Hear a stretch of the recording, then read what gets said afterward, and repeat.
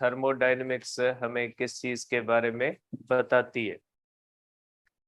देखिए बेटा, थर्मोडायनेमिक्स में हम इस चीज के बारे में पढ़ते हैं कि हीट को किन तरीकों से, किस तरह से वर्क में कन्वर्ट किया जा सकता है, या वर्क को किस तरह से हीट में कन्वर्ट किया जा सकता है। इन चीजों के बारे में हम पढ़ते हैं थर्मोडायनेमिक्स के अंदर। ठीक है, कि हीट को आप किस तरह से वर्क में कन्वर्ट करोगे, या वर्क को किस तरह से आप हीट में कन्वर्ट करोगे, इन चीजों के बारे में हम पढ़ते हैं थर्मोडायनेमिक्स में बेटा। तो थर्मोडायनेमिक्स में हम पढ़ेंगे बेटा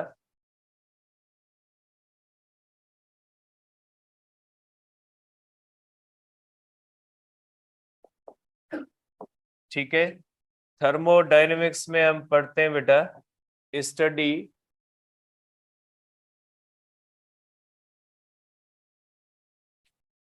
study of conversion of heat into work and vice versa बेटा। ठीक है, इस तरह से आप कर सकते हैं बेटा कि हीट को वर्क में कैसे कन्वर्ट किया जाता है और वर्क को हीट में कैसे कन्वर्ट किया जाता है बेटा। अब इसमें एक आता है थर्मो डायनामिक सिस्टम बेटा। ठीक है, ये होता है बेटा थर्मोडायनेमिक सिस्टम बेटा। अब ये थर्मोडायनेमिक सिस्टम क्या होता है बेटा? थर्मोडायनेमिक सिस्टम एक ऐसा सिस्टम होता है जिसको इस्तेमाल करके हम हीट को वर्क में कन्वर्ट कर सकते हैं। जैसे इंजन है, इंजन एक ऐसा थर्मोडायनेमिक प्रोसेस होता है जिसको हम हीट एनर्जी को वर्क में कन्वर्ट करने के लिए इस्तेमाल करते हैं। ठीक है, उसके अंदर आप डीजल पेट्रोल डालते हो, वो बर्न होता है, केमिकल एनर्जी हीट एनर्जी में कन्वर्ट होती है और उससे हमें वर्क मिलता है। लेकिन यहाँ पे जो हम थर्मोडायनेमिक सिस्टम कंसीडर करेंगे उसमें एक सिलेंडर, पिस्टन और वर्किंग सब्सटेंस होता है। ये जो हम सिलेंडर लेते हैं, जैसे बॉयल्स लॉ वगैरह हम पढ़ते हैं, उसके अंदर सिलेंडर लेते हैं, पिस्टन लेते हैं और उसके अंदर एक गैस फिल करते हैं। तो ये जो सिलेंडर, पिस्टन और वर्किंग सब्सटेंस, ये थर्मोडायनेमिक सिस्टम होते हैं बेटा। इसके अंदर बेटा ये होता है कि सिलेंडर है बेटा, cylinder, piston and working substance बेटा। वर्किंग सब्सटेंस होता है बेटा 1 मोल ऑफ आइडियल गैस बेटा, हम इसके अंदर कंसीडर करते हैं। आप इसको इस तरह से बना सकते हैं बेटा कि सपोज करें इस तरह से बेटा, ये हमारे पास एक सिलेंडर है,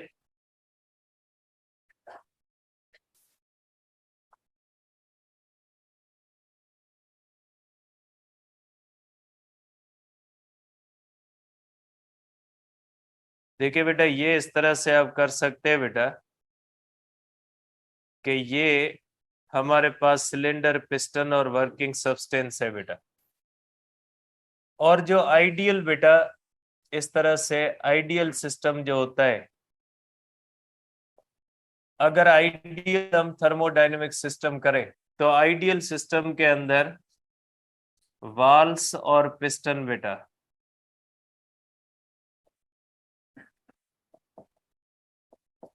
वाल्स एंड पिस्टन जो होता है बेटा, ये परफेक्ट इंसुलेटर की होती है।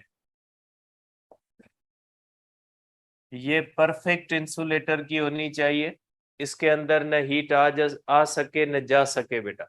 मीन्स इसमें कंडक्शन, कन्वेक्शन, रेडिएशन कुछ भी ना हो।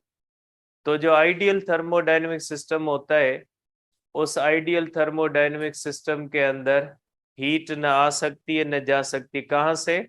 वाल्स से और पिस्टन से। हीट ना आएगी न जाएगी। फिर हीट कहाँ से आएगी बेटा? हीट आएगी बेस से बेटा, या बॉटम से बेटा। जो बॉटम होता है बेटा वो परफेक्ट कंडक्टर होता है, परफेक्ट कंडक्टर कंसीडर किया जाता है। ये आइडियल सिस्टम है जो प्रैक्टिकली हमें मिलता तो नहीं है, लेकिन जो आइडियल होगा उसके अंदर ये होगी। ठीक है, इसको हम कहते हैं बेटा कि ये थर्मोडायनेमिक सिस्टम है, और इसके अंदर इसको हम कहते हैं वर्किंग सब्सटेंस। जो हम अंदर गैस वगैरह डालते हैं ना, उसको वर्किंग सब्सटेंस कहा जाता है। सिलेंडर, पिस्टन और वर्किंग सब्सटेंस होता है। अब हम देखेंगे बेटा कि हीट और वर्क का आपस में क्या ताल्लुक है बेटा, कि हीट और वर्क का आपस में क्या ताल्लुक होता है बेटा। Heat and work in thermodynamics बेटा।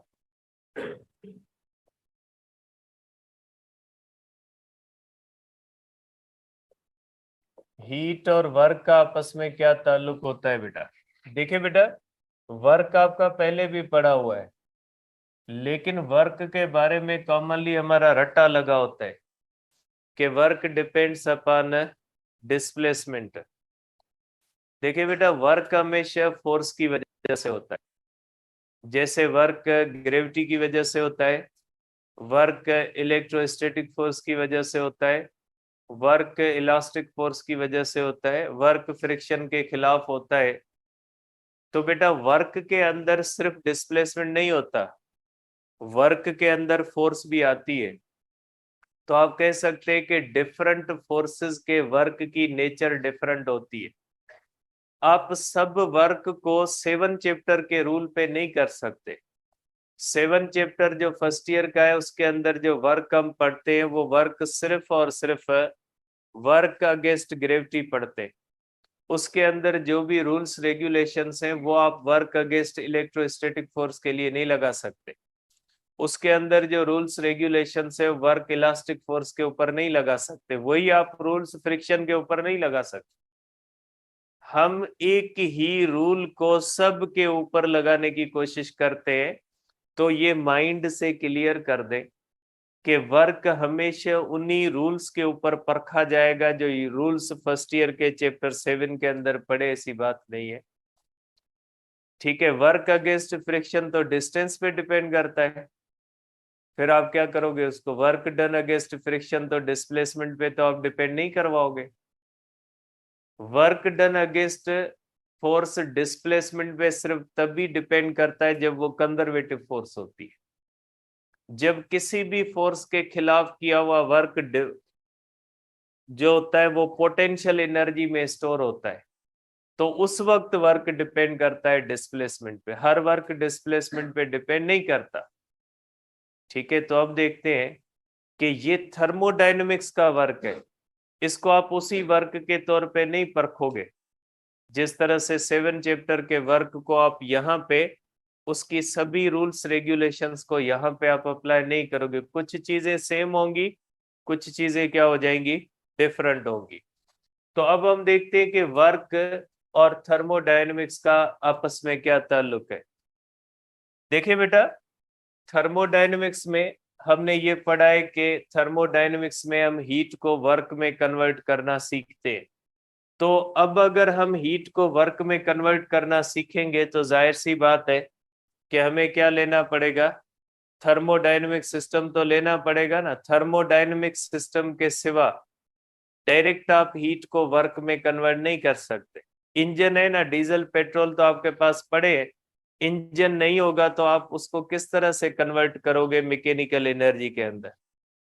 जाहिर सी बात है, एक इंटरमीडिएट चीज तो होनी चाहिए ना, इंटरमीडिएट प्रोसेस करोगे और उस प्रोसेस के थ्रू आप उसको कन्वर्ट करोगे। तो यहाँ पे जो थर्मोडायनेमिक्स के अंदर हीट को वर्क में कन्वर्ट करते तो बीच वाला प्रोसेस कौन करता है, थर्मोडायनेमिक सिस्टम करता है। देखिए बेटा, थर्मोडायनेमिक सिस्टम तो बहुत सारे होते हैं।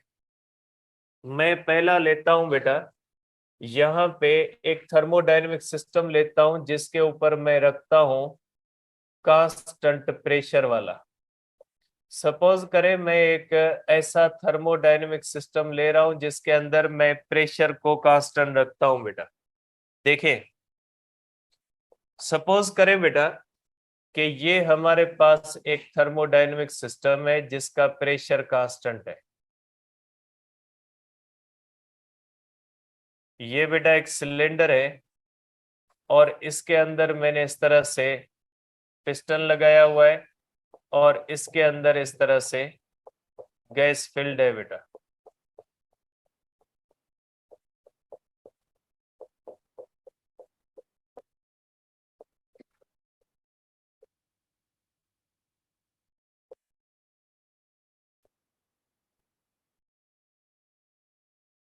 ठीक है बेटा, ये वर्किंग सब्सटेंस है। अब इसकी इनिशियल स्टेट अगर आप देख ले बेटा, इसके अंदर प्रेशर बेटा P है, 1 है, वॉल्यूम V1 है और टेम्परेचर T1 है। इसको हम कहते हैं initial equilibrium state. Initial equilibrium state का मकसद है पिस्टन अपनी जगह पे है, अंदर का प्रेशर और बाहर का प्रेशर क्या है, एक जैसा है, न वॉल्यूम बढ़ रहा है न वॉल्यूम कम हो रहा है, न टेम्परेचर कम हो रहा है न ही टेम्परेचर ज्यादा हो रहा है। मीन्स ये इनिशियल इक्विलिब्रियम स्टेट है। ठीक है, अब इसका मैं यहाँ पे जो है वो ग्राफ भी साथ बनाता जाता हूं बेटा। ये हमारे पास इसका ग्राफ अगर प्रेशर और वॉल्यूम का बनाओ तो ये हो जाएगा बेटा हमारे पास प्रेशर P1। ठीक है, अब इसका वॉल्यूम हमारे पास है बेटा V1। अगर ग्राफ के ऊपर बनाओगे बेटा तो ग्राफ के ऊपर ये लाइन बनेगी बेटा, ये हो जाएगी P1 V1 और ये कौन सी हो जाएगी बेटा, T1 हो जाएगी। ये ग्राफ के ऊपर आपने लाइन बना दी, इसको पीवी डायग्राम कहा जाता है, इंडिकेटर डायग्राम भी जो है वो कहा जाता है। अब देखिए बेटा, अब अगर इस सिस्टम को हम यहां से हीट देंगे बेटा, सपोज करें सिस्टम को हीट हम देते हैं डेल्टा Q1। अब ये हीट जब अंदर जाएगी तो अंदर का प्रेशर बढ़ने की कोशिश होगी, क्योंकि आपने हीट दी है और ये हीट गई मॉलिक्यूल्स के पास और मॉलिक्यूल्स ने अंदर मॉलिक्यूलर वेलोसिटी बढ़ी और मॉलिक्यूलर वेलोसिटी बढ़ने की वजह से वो मॉलिक्यूल जो है वो ज्यादा तेजी के साथ टकराना शुरू हुए। क्योंकि आपको पता है जो गैस के मॉलिक्यूल्स होते हैं वो रैंडम मोशन में होते हैं, वो जिस कंटेनर के अंदर होते हैं उसकी दीवारों से टकराते हैं, उनके पिस्टन से टकराते हैं, उसके बॉटम से टकराते हैं। तो अब आपने क्या किया, इनको हीट दी और हीट देने के नतीजे में जो अंदर के गैस मॉलिक्यूल्स की वेलोसिटीज बढ़ी और गैस मॉलिक्यूल्स की काइनेटिक एनर्जी भी बढ़ी। नतीजा ये निकलता है कि इन गैस मॉलिक्यूल्स की जो पुलियंस होती है वो ज्यादा एनर्जी के साथ, क्योंकि काइनेटिक एनर्जी किसके ऊपर डिपेंड करती है बेटा, टेम्परेचर के साथ, ये हर तरफ जाते हैं बेटा, इस तरफ भी टकराते हैं, ठीक है, इस तरफ भी टकराते, हर तरफ टकराते, मीन्स ज्यादा एनर्जी के साथ, क्योंकि काइनेटिक एनर्जी किस पे डिपेंड करती है बेटा, टेम्परेचर पे डिपेंड करती है। आपने हीट दी, हीट दी तो अंदर वेलोसिटी क्या हो गई, बढ़ी, और ज्यादा एनर्जी के साथ जो मॉलिक्यूल्स हैं वो दीवारों के साथ कोलाइड होना शुरू हुए, पिस्टन के साथ कोलाइड होना शुरू हुए। नतीजा ये निकलता है कि अंदर से फोर्स बढ़ती है, क्योंकि जितनी तेजी के साथ, जितनी ज्यादा मोमेंटम के साथ, क्योंकि वेलोसिटी बढ़ेगी तो मोमेंटम क्या हो जाएगा, बढ़ेगा। ठीक है, मोमेंटम जब बढ़ेगा तो ज्यादा मोमेंटम के साथ जब ये पार्टिकल्स कोलाइड करेंगे पिस्टन के साथ तो चेंज इन मोमेंटम ज्यादा आएगी। और आपको पता है कि हमने प्रेशर ऑफ गैस के अंदर पढ़ा था कि force is equal to rate of change of momentum. Simply भी अगर आप देखें तो जैसे गैस मॉलिक्यूल्स की अंदर वेलोसिटी बढ़ेगी, ज्यादा एनर्जी के साथ ये मॉलिक्यूल्स कोलाइड करेंगे पिस्टन के साथ, नतीजा ये निकलेगा कि अंदर प्रेशर बढ़ेगा। लेकिन प्रेशर तो हमने क्या करना है, कांस्टेंट रखना है। नतीजा इसका ये होगा कि पिस्टन के अंदर वॉल्यूम जो होगा वो बढ़ेगा, और वॉल्यूम बढ़ेगा, नतीजा उसका ये होगा कि प्रेशर जो होगा वो सेम हो जाएगा, जैसा पहला था वैसा ही प्रेशर बाद में हो जाएगा। जो हीट देने से अंदर प्रेशर बढ़ेगा ना, वो प्रेशर जो होगा जब उसका वॉल्यूम बढ़ेगा ना, तो प्रेशर वापस क्या हो जाएगा, मेंटेन हो जाएगा।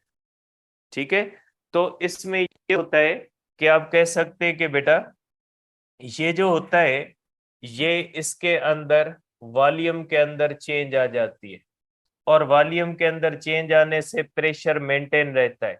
वैसे हीट से प्रेशर बढ़ना चाहिए, लेकिन वॉल्यूम क्या हो रहा है, चेंज हो रहा है। तो वॉल्यूम चेंज होने से प्रेशर वापस क्या आ जाता है, अपनी ओरिजिनल पोजीशन के अंदर आ जाता है, और ये सिस्टम चला जाता है P1 V2 और T2। ये है फाइनल इक्विलिब्रियम स्टेट।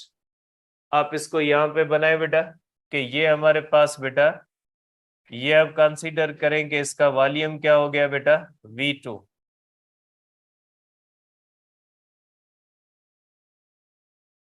ये इसका आ गया बेटा वॉल्यूम V2। तो ये हो जाएगा बेटा प्रेशर P1, वॉल्यूम V2, और टेम्परेचर कौन सा है बेटा, T2। ग्राफ इस तरह से आ जाएगा बेटा। तो बेटा इसके अंदर देखें, हमारी हीट जो है, ये जो हमने हीट दी, ये अंदर मॉलिक्यूल्स के अंदर गई, मॉलिक्यूल्स की जो कुलियंस बढ़ी, नतीजे में इसके अंदर वॉल्यूम की चेंज आई बेटा। और ये इसके अंदर पिस्टन ने जो मूव किया है, ये होता है डेल्टा वाई। पिस्टन ने मूव किया है बेटा डेल्टा वाई। अब देखिए बेटा, इस पिस्टन ने क्यों मूव किया, पिस्टन ने इसलिए मूव किया कि अंदर से मॉलिक्यूल्स ने इसको ऊपर पुश किया। जैसे ही गैस को हमने गर्म किया, अंदर गैस के मॉलिक्यूल्स का प्रेशर बढ़ा, और प्रेशर बढ़ने की वजह से ये पिस्टन क्या है, ऊपर मूव किया। पिस्टन के ऊपर मूव करने से प्रेशर वापस ओरिजिनल कंडीशन में P1 बन जाएगा, लेकिन नतीजा ये होगा कि वॉल्यूम अब क्या हो गया, बढ़ गया।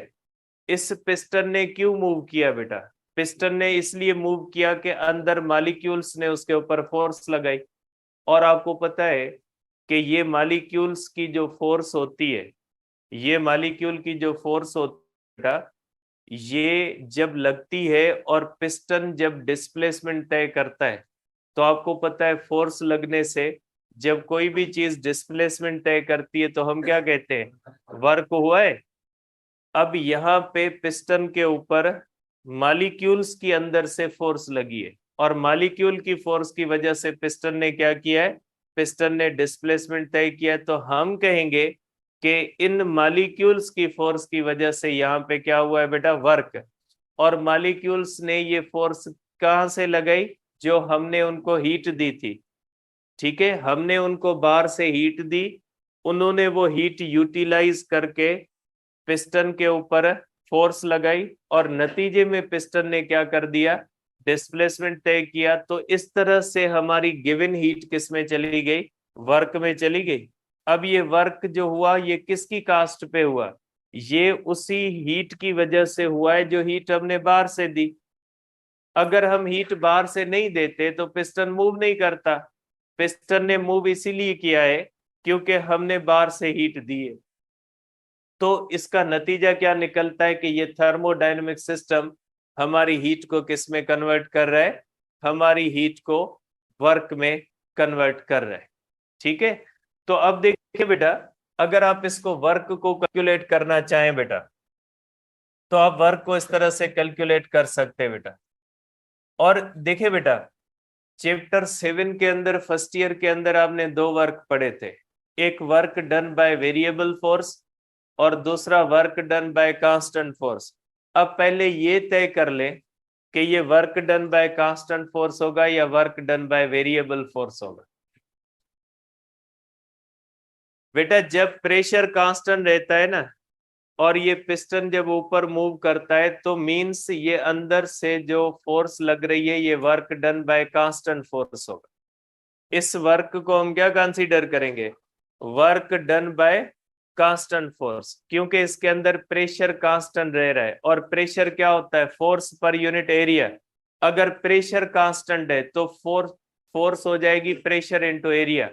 जब प्रेशर कांस्टेंट, एरिया कांस्टेंट, तो फोर्स क्या हो जाएगी, कांस्टेंट हो जाएगी ना, तो ये वर्क डन बाय क्या हो जाएगा, work done by constant force होगा। Work done by constant force के लिए ये फार्मूला लगा सकते हैं, एफ इंटू एस।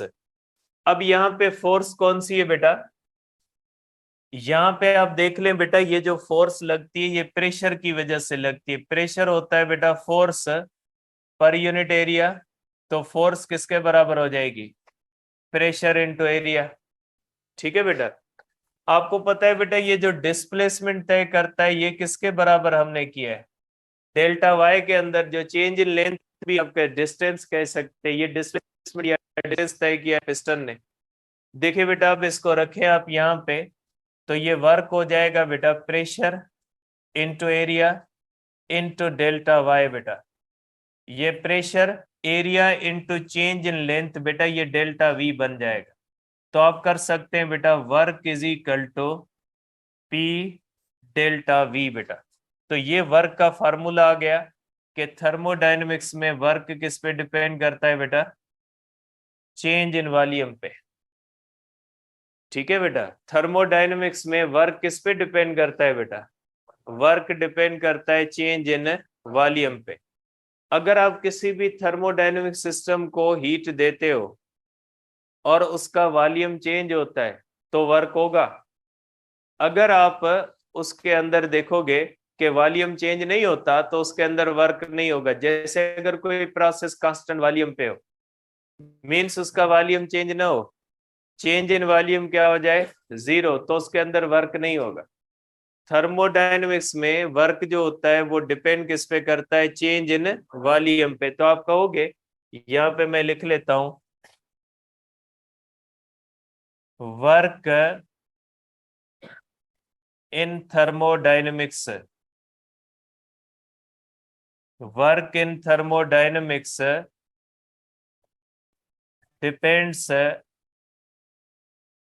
अपॉन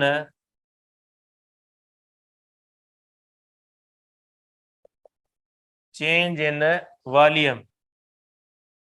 बेटा प्रेशर तो कांस्टेंट वॉल्यूम पे भी चेंज होता है। अगर कोई थर्मोडायनेमिक सिस्टम हो जिसका वॉल्यूम क्या हो जाए बेटा, कांस्टेंट, तो बेटा उसके अंदर भी प्रेशर तो बढ़ता है। अगर कोई आपके पास ऐसा सिलेंडर हो जिसका वॉल्यूम चेंज ना हो, उसको अगर आप हीट दे तो अंदर से प्रेशर तो बढ़ेगा लेकिन वॉल्यूम के अंदर चेंज नहीं आएगी, तो मीन्स उसके अंदर तो वर्क नहीं होगा ना। वर्क का ताल्लुक यहाँ पे प्रेशर के साथ नहीं है, चेंज इन वॉल्यूम के साथ है। ठीक है, अगर जैसे आपको पता है ना वर्क का नॉर्मली ताल्लुक डिस्टेंस के साथ है, अगर फोर्स लगाओगे डिस्टेंस नहीं होगा, अगर फोर्स लगाओगे डिस्टेंस नहीं होगा तो वर्क होता है बेटा, नहीं होता। तो यहाँ पे भी अगर यहाँ से प्रेशर बढ़े, फोर्स लगे, लेकिन पिस्टन डिस्टेंस ही तय नहीं करता तो वर्क कहाँ से होगा। ठीक है, तो थर्मोडायनेमिक्स में जब तक किसी भी थर्मोडायनेमिक सिस्टम को आप हीट देते हो, लेकिन अगर उसके अंदर चेंज इन वॉल्यूम नहीं होती तो हम कंसीडर करेंगे कि उसके अंदर वर्क नहीं हुआ। ठीक, अब देखें बेटा दूसरी पॉइंट हम डिस्कस करते हैं।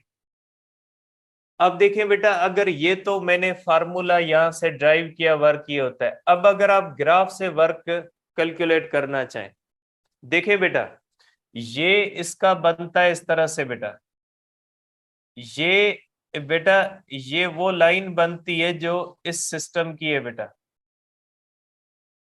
बेटा ये P1 V1 T1 से किस तरफ जाता है, P1 V2 और T2। अब देखिए बेटा, अगर इसकी आप एरिया निकालते हैं बेटा, इसकी एरिया निकालें बेटा, अगर आप इसकी एरिया निकालते हैं इस तरह से, एरिया किसके बराबर हो जाएगी बेटा, एरिया होती है लेंथ इनटू विड्थ बेटा। अब ये इसकी हो जाएगी लेंथ और ये क्या हो जाएगी बेटा, विड्थ।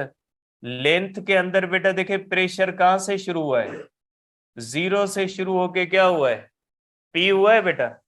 तो ये आप कर सकते हैं, लेंथ के अंदर प्रेशर P1 माइनस जीरो, और वॉल्यूम के अंदर क्या होता है बेटा, V2 माइनस V1। बेटा जो चीज जीरो के साथ माइनस होती है वो एब्सोल्यूट कहलाती है बेटा, वो एब्सोल्यूट हो गई P, और ये क्या हो गया बेटा, डेल्टा V। तो बेटा ये अगर जो ग्राफ बनता है इसकी एरिया कैलकुलेट करोगे तो वो एरिया किसके बराबर आ जाती है, एरिया, और इसके अंदर वर्क भी किसके बराबर आता है, पी डेल्टा वी के आता है। तो आप कहोगे कि एरिया जो होती है ये न्यूमरिकली इक्वल बेटा, न्यूमरिकली इक्वल होती है वर्क के बेटा। न्यूमरिकली इक्वल का मकसद कि एरिया का यूनिट अलग होगा और वर्क का यूनिट क्या होगा, अलग। लेकिन अगर एरिया 10 आती है तो आप वर्क 10 जूल कर सकते। जितनी वैल्यू एरिया की आएगी उतनी वैल्यू किसकी होगी, वर्क की। अगर आपको इस तरह से ग्राफ दिया जाए और आपसे पूछा जाए कि इस थर्मोडायनामिक सिस्टम ने कितना वर्क किया है, आप क्या करोगे, उसकी एरिया कैलकुलेट कर ले, ठीक है। फिर उसके साथ यूनिट किसका लगा दे, उसके साथ यूनिट वर्क का लगा दे। अगर एरिया 10 मीटर स्क्वायर आई, आपके वर्क कितना हुआ, 10 जूल। अगर एरिया 10 सेंटीमीटर स्क्वायर आती है तो आप वर्क कितना कहोगे, 10 इंटू 10⁻⁻4 जूल, क्योंकि सेंटीमीटर स्क्वायर को किसमें आप कन्वर्ट करोगे, स्टैंडर्ड यूनिट के अंदर। स्टैंडर्ड यूनिट कौन सा होता है, मीटर होता है। अगर एरिया आप सेंटीमीटर के अंदर कैलकुलेट कर रहे हो तो आपको किस में उसको कन्वर्ट करना होगा, आपने मीटर में कन्वर्ट करना होगा। तो ये बात याद रखें कि एरिया अंडर पीवी डायग्राम जो होती है वो किसको शो करती है बेटा, वर्क को शो करती है, ठीक है। आप इसको कह सकते हैं बेटा यहां पे कि area area under PV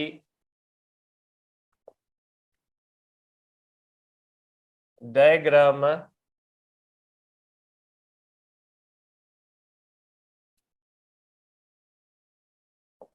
is numerically, बेटा मैं न्यूमरिकली लिख रहा हूं। न्यूमरिकली का मकसद है यूनिट दोनों का अलग होगा, सिर्फ किसको बराबर समझेंगे, नंबर को, ठीक है, नंबर को बराबर समझेंगे। Is numerically equal to work done, ठीक है।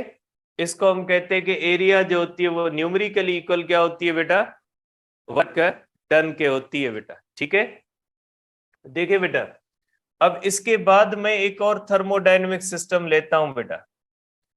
अब मैं एक लेता हूं बेटा कांस्टेंट वॉल्यूम वाला, ठीक है। अब अगर मैं कांस्टेंट वॉल्यूम वाला लूं तो आप उसको देखें उसके अंदर वर्क होगा या नहीं होगा बेटा। देखें, अगर ये हमारे पास एक थर्मोडायनेमिक सिस्टम है बेटा,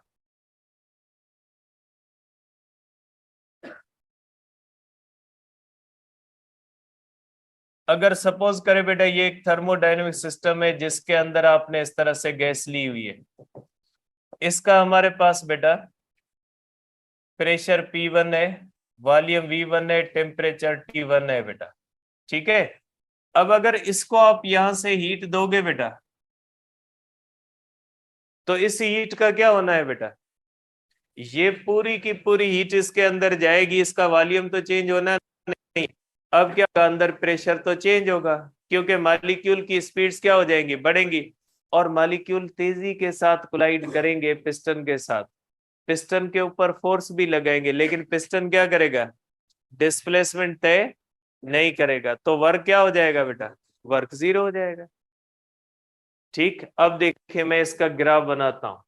इसका ग्राफ इस तरह से बनेगा बेटा, ध्यान से बेटा, कि इसका ग्राफ क्या बनेगा बेटा, इसका ग्राफ इस तरह से बनेगा बेटा। अगर आप देखते हैं बेटा कि पहले प्रेशर जो होता है बेटा P1 कम है और वॉल्यूम यहाँ पे हम कर लेते हैं V1 बेटा, तो ये इसकी लाइन बनती है, पॉइंट बनती है, इनिशियल इक्विलिब्रियम स्टेट बनती है बेटा। और ये कौन सी बन जाती है, P1 V1, और कौन सी है बेटा, T1। अब हम हीट देते हैं बेटा, अंदर प्रेशर तो बढ़ता है लेकिन वॉल्यूम के अंदर चेंज नहीं आती, वॉल्यूम वही रहता है। तो प्रेशर कितना हो गया बेटा, P2 बन गया, अब देखिए बेटा वॉल्यूम के अंदर कोई चेंज नहीं आई, तो ग्राफ की ये होगी बेटा प्रेशर P2, वॉल्यूम V1 और टेम्परेचर क्या हो जाएगा T2, अंदर टेम्परेचर बढ़ जाएगा। अब देखिए बेटा इसके अंदर डेल्टा V क्या है बेटा, इसके अंदर डेल्टा V 0 है, तो वर्क क्या होगा बेटा 0। और इसके अंदर देखिए एरिया है, लाइन के नीचे कोई एरिया है, आप ये एरिया नहीं मानोगे, आप एरिया लाइन के नीचे, बेटा लाइन जो होती है ना उसका कोई भी एरिया नहीं होता, इस लाइन के नीचे एरिया ये होती है बेटा, एरिया ये वाली एरिया नहीं मैंने कंसीडर की, एरिया कौन सी होती है जो उसके नीचे हो, ये लाइन बेटा इस तरह से लंबी है तो उसके नीचे एरिया होती है। लेकिन अगर इस लाइन को देखें बेटा, ये लाइन वर्टिकल होती है, आप इसको मिटा दें, आप इसको यहां पे मिटा दें ताकि ये कंफ्यूजन भी आपकी खत्म हो जाए। ठीक है, अब इसके लाइन के नीचे कौन सी एरिया है, लाइन तो बेटा लाइन के तो डायमेंशन होते ही नहीं है, इसके नीचे कोई भी एरिया नहीं है, इसलिए आप कहते हो कि बेटा इसकी एरिया भी क्या हो जाती है, इसके अंदर जो एरिया होती है बेटा ये एरिया भी क्या होगी 0।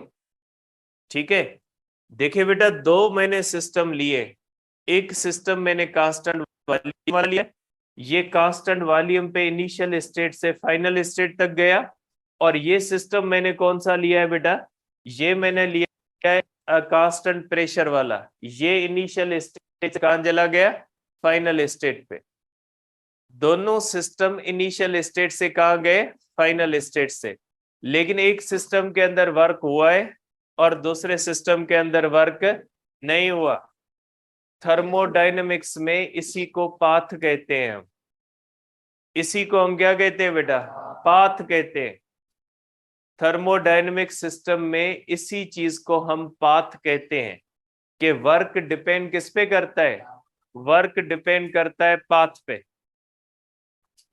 ठीक है, कि आपने हीट दी है, लेकिन आपने किस थर्मोडायनेमिक सिस्टम को दी है, आपने कांस्टेंट प्रेशर वाले को दी है, आपने कांस्टेंट वॉल्यूम वाले को दिए, चले कांस्टेंट टेम्परेचर को भी देख ले। अगर सपोज करें आपके पास एक थर्मोडायनेमिक सिस्टम है जिसका कांस्टेंट टेम्परेचर है। ठीक है, अगर कांस्टेंट टेम्परेचर वाला सिस्टम आप ले ले, इसके अंदर देखें बेटा, इसके अंदर क्या होता है, देखें बेटा अगर कांस्टेंट प्रेशर वॉल्यूम जो है वो टेम्परेचर को आप देखोगे,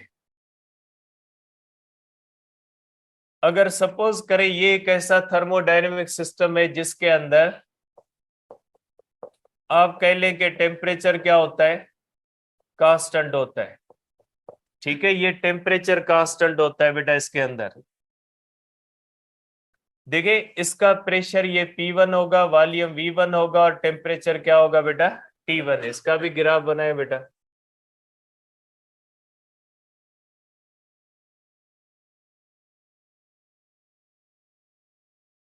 ठीक है, इसका बेटा प्रेशर P1 जो होता है वो ज्यादा है, प्रेशर P1 बेटा ज्यादा है, यहां पे इसका प्रेशर P1 ज्यादा है बेटा।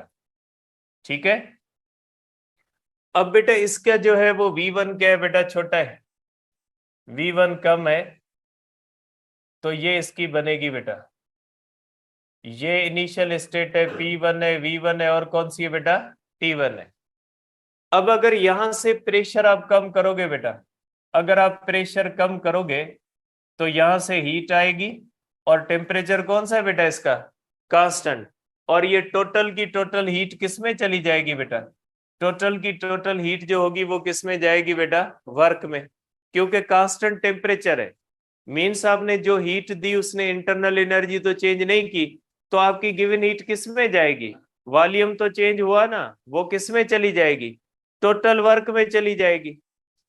ठीक है, वॉल्यूम चेंज हुआ, इंटरनल एनर्जी चेंज नहीं हुई, टेम्परेचर चेंज नहीं हुआ, तो आपकी टोटल हीट कहां पे जाएगी वर्क में जाएगी बेटा।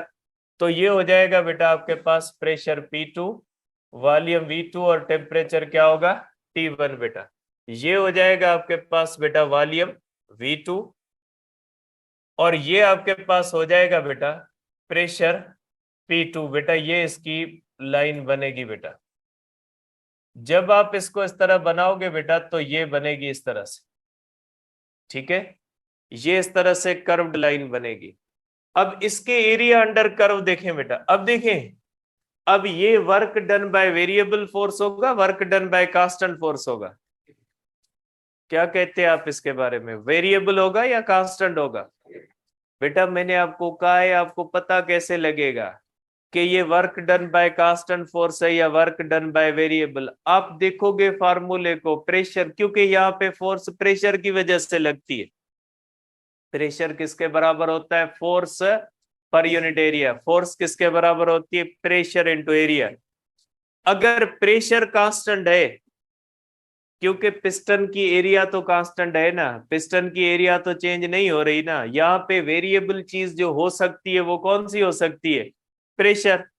अगर प्रेशर कांस्टेंट है मींस वर्क क्यू force is equal to pressure into area, तो फोर्स क्या हो जाएगी? कांस्टेंट। आप कहोगे work done by constant force, और फार्मूला लगा सकते हैं P डेल्टा V वाला, लेकिन यहाँ पे प्रेशर कांस्टेंट नहीं है तो फोर्स कांस्टेंट होगी बेटा। ये work done by variable force होगा, इसके ऊपर आप वर्क का फार्मूला P डेल्टा V नहीं लगा सकते।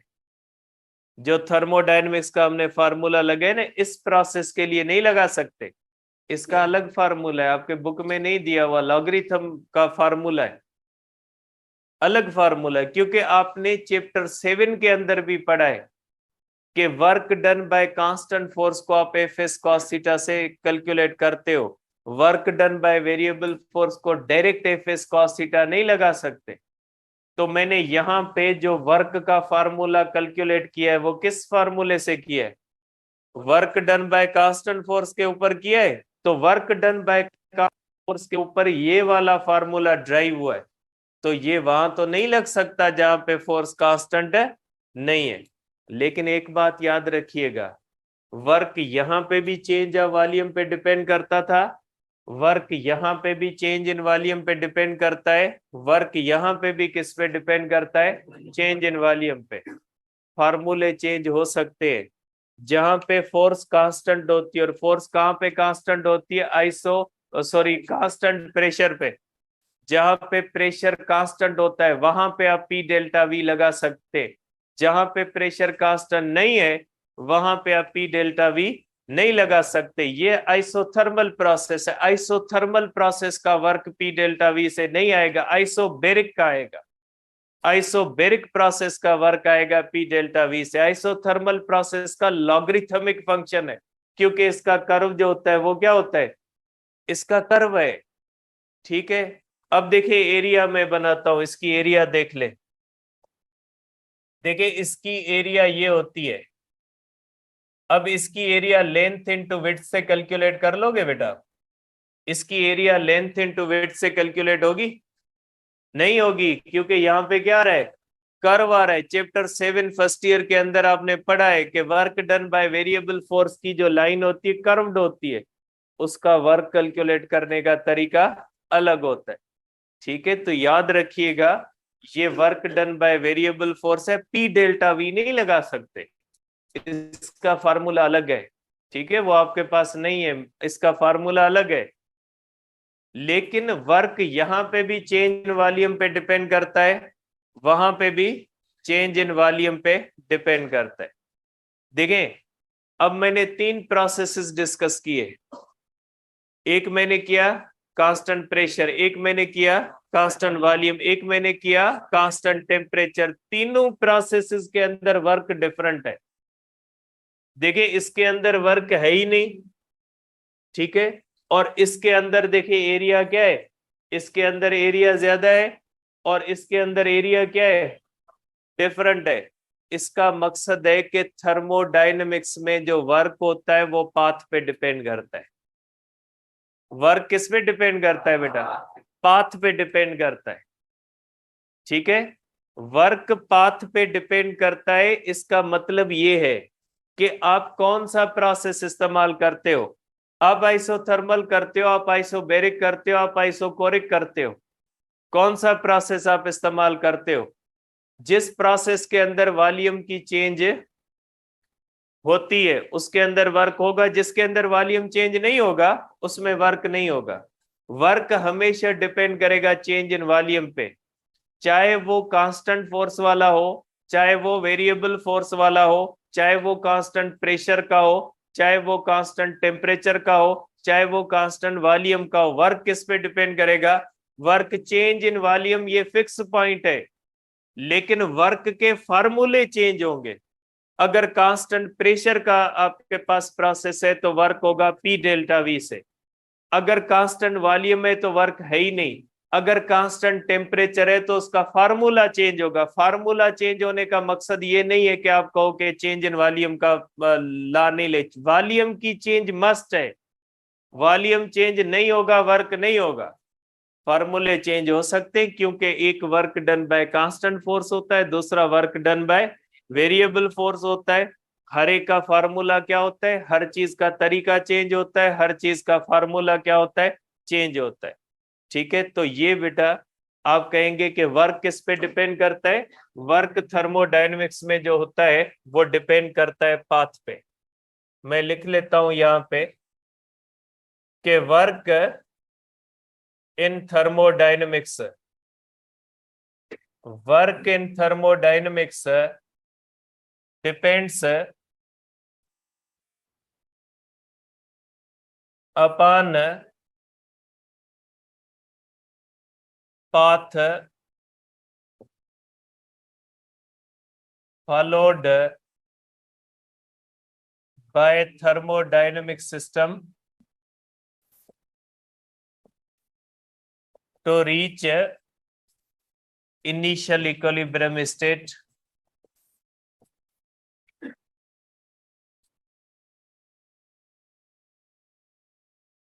to final equilibrium state।